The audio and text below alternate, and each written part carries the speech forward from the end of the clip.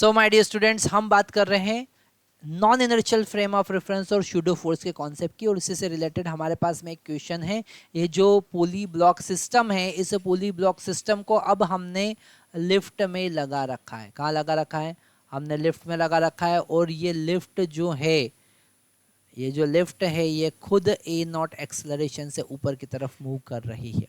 इस टाइप के क्वेश्चन को सॉल्व करने के लिए हमने अभी लास्ट लेक्चर में देखा कि आप इफेक्टिव ग्रेविटी के कॉन्सेप्ट यूज कर सकते हो।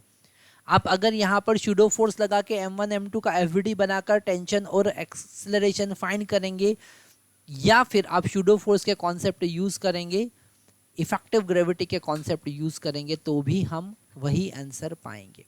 तो यहाँ पर हम लिखेंगे bye effective gravity, bye effective gravity. हम कॉन्सेप्ट यूज कर रहे हैं इफेक्टिव ग्रेविटी के। ओके, इफेक्टिव ग्रेविटी के कॉन्सेप्ट हम यूज कर रहे हैं।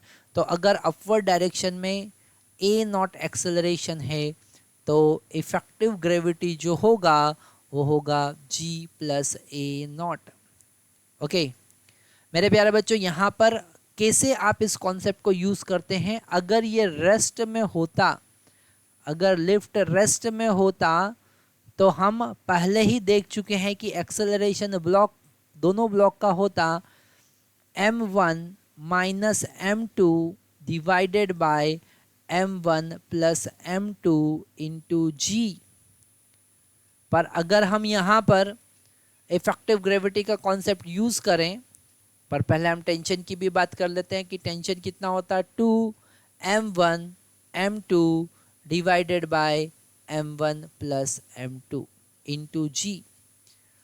ये फार्मूला हम पहले ही डिराइव कर चुके हैं। अगर ये आपने सही से नहीं समझे हैं और आपको कंफ्यूजन है कि ये कहाँ से आया, तो आपको जो हमने डिस्क्रिप्शन बॉक्स में लिंक दे रखी है, जो लिंक आपको यहाँ पर ऊपर दिख रही है, उस पर आप क्लिक करके डायरेक्टली उस वीडियो पर पहुँच सकते हैं। ओके तो यहाँ पर अगर now lift is moving, now this lift is moving upward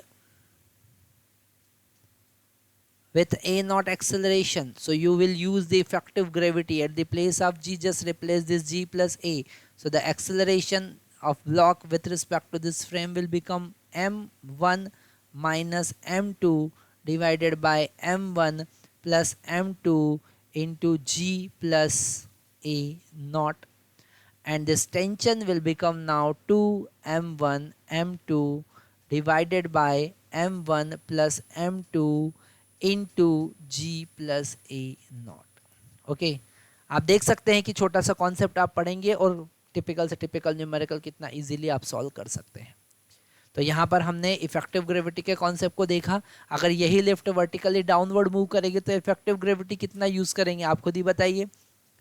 effective gravity होगा g माइनस ए नॉट। तो आपको g को बस g माइनस ए नॉट से रिप्लेस करना है and you will get the answer.